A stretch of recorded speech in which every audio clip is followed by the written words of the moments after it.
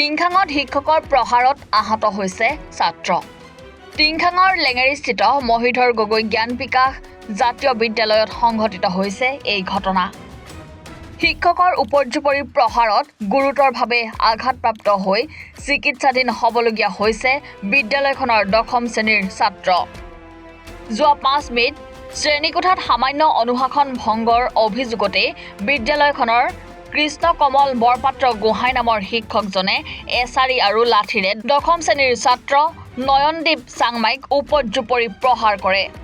শিক্ষকজনৰ প্ৰহাৰত নয়নদীপৰ ভৰি, পিঠি আৰু হাতত যথেষ্ট পৰিমাণে আঘাতপ্ৰাপ্ত হয় আৰু চিকিৎসাধীন হ'বলগীয়া হৈছে ছাত্ৰজন। ছাত্ৰজন যোৱা 2টা দিন ধৰি জ্বৰ, গাৰ বিষত ভোগাৰ লগতে ভালকৈ খোজ কাঢ়িবলৈও সক্ষম হোৱা নাই বুলি পৰিয়ালৰ লোকে অভিযোগ কৰিছে। নয়নদীপৰ পিতৃ-মাতৃয়ে বিদ্যালয় কৰ্তৃপক্ষৰ ওচৰত অভিযোগ প্ৰদান কৰে, কিন্তু বিদ্যালয়ৰ কৰ্তৃপক্ষই কোনো ধৰণৰ গুৰুত্ব প্ৰদান কৰা নাই। এই ঘটনাৰ সম্পৰ্কে ছাত্ৰগৰাকীৰ অভিভাৱকে স্থানীয় বামুণবাৰী আৰক্ষীৰ থানাত এজাহাৰ দাখিল কৰিছে। মোৰ নাম শ্ৰী নয়নদীপ চাংমাই। মই লেঙেৰী মহিধৰ গগৈ জ্ঞান বিকাশ জাতীয় বিদ্যালয়ৰ 10ম শ্ৰেণীত পঢ়া এজন ছাত্ৰ। সেইদিনাখন মোৰ লগত এটা ডাঙৰ ঘটনা ঘটে। তাৰমানে মই মানে ছেকেণ্ড বেঞ্চত বহি আছিলোঁ।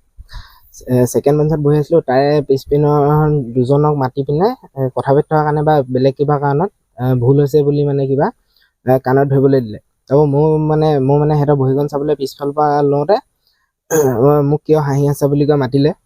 মতাৰ পিছত মই গ'লোঁ। আগত বহা বুলি ক'লে। টিচাৰজনে মাতিলে। নামটো হৈছে কৃষ্ণ কমল বৰপাত্ৰ গোহাঁই ছাৰ। ছাৰজনে মোক মাতিলে, ময়ো গ'লোঁ। আগত বহা বুলি ক'লে। মই আগত বহিব লওঁতে পিছপিনে চইলত বহাগৈ বুলি ক'লে। ছাৰ মই চইলত নবহোঁ বুলি কোৱাৰ কাৰণে মানে তই কিবা চইলত নবহিবি, যা বগে যা বুলি দুবাৰমান মোক গতিয়ালে। গতিওৱাৰ পিছত ছাৰ মই বহিব নোৱাৰোঁ বুলি কৈ মই প্ৰিন্সিপাল ছাৰৰ ওচৰলৈ গ'লোঁ। তাত গৈ ভালদৰে কথা পাতিম, ইয়াত এনে নাপাতোঁ বুলি কোৱা দেখি মানে তই কেলৈ প্ৰিন্সিপাল ছাৰৰ ওচৰলৈ যাবি বুলি ক'লে, তই কি নিজৰ কি বুলি ভাবিছ বুলি কৈ পিনে মোক পূৰা মাৰিলে। মানে প্ৰথমতে বেটডাল আছিলে, সেইডাল মাৰি পিনে এডাল ভাঙিলে। মানে আকৌ মই প্ৰিন্সিপাল ছাৰৰ ওচৰলৈ যাওঁ বুলি কৈ মই গ'লোঁ।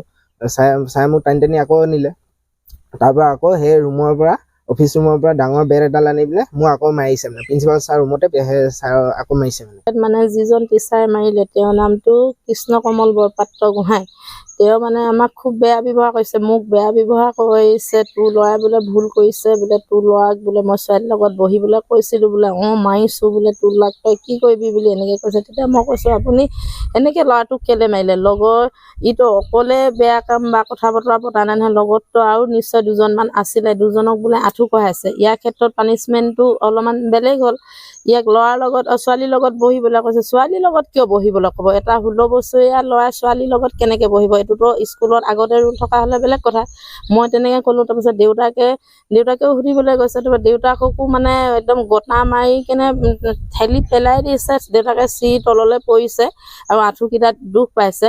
কিন্তু প্ৰিন্সিপালৰ ইমান নিকৃষ্ট মানসিকতা, সেই শিক্ষকজনক একো এষাৰ কোৱা নাই। শিক্ষকজনকহে মানে ভাল বুলি কৈছে, আমাৰ ছাত্ৰজনক বেয়া বুলি কৈছে, আমাক বেয়া ব্যৱহাৰ কৰিছে। তাৰপিছতে আৰু কথাটো হ'ল এনেকুৱা ধৰণৰ, স্কুলত মানে 9 আৰু 10 টিউশ্যনৰ নামত মানে এক্সট্ৰাকৈ ফিজ লৈছে। 300 600 টকা ফিজ লৈছে। সেই টিউশ্যনটোলৈ আমি ল'ৰাটোক পঢ়াবলৈ মানে পঠিয়াব পৰা নাই। তাৰপিছত আমি যিহেতু দেউতাকৰ এখন পাণ দোকানহে আছে, আৰ্থিকভাৱেও আমি দুৰ্বল, গতিকে ল'ৰাটোৱে ইলেক্ট্ৰিক চাৰ্জ এডভান্স মেথ লৈছে। এডভান্সৰ কাৰণে টিউশ্যন দিয়ে পেলাই আমি মৰাণত টিউশ্যন দিছোঁ। গতিকে তাৰ কাৰণে আমাৰ সময়ো অসুবিধা হয়। আৰু গতিকে ইয়াত যিজন এডভান্স মেথৰ টিচাৰ আছে তেওঁ প্ৰকৃততে এডভান্স মেথছৰ টিচাৰ নহয়ে। এই গোটেইখিনি কথা গম পাই মেলি আমি ল'ৰাটোক মৰাণতো টিউশ্যন দিয়ালোঁ। সেই কথাটোত মানে সিহঁতি তলে বেয়া পাই মেলি মানে ল'ৰাটোক মানে শাৰীৰিকভাৱেও নিৰ্যাতন চলাইছে, মানসিকভাৱেও নিৰ্যাতন চলাইছে। আমি মাক দেউতাক নিচে কাষতে, স্কুলখনৰ কাষতে আমাৰ এখন দোকান আছে, আমি কাষতে থাকোঁ, আমাক জনাব লাগিছিলে। ল'ৰাটোক ইমান অকথ্যভাৱে নিৰ্যাতন চলাইছে। সেই কথাটো মই এগৰাকী মাতৃ হিচাপে বহুত দুখ পাইছোঁ। গতিকে এই বিষয়ে মই থানাত এখন এজাহাৰো দিছোঁ, কিন্তু এতিয়ালৈকে থানা আৰক্ষী বিষয়াই একো তদন্ত কৰা নাই, তেওঁ এৰেষ্টো কৰা নাই।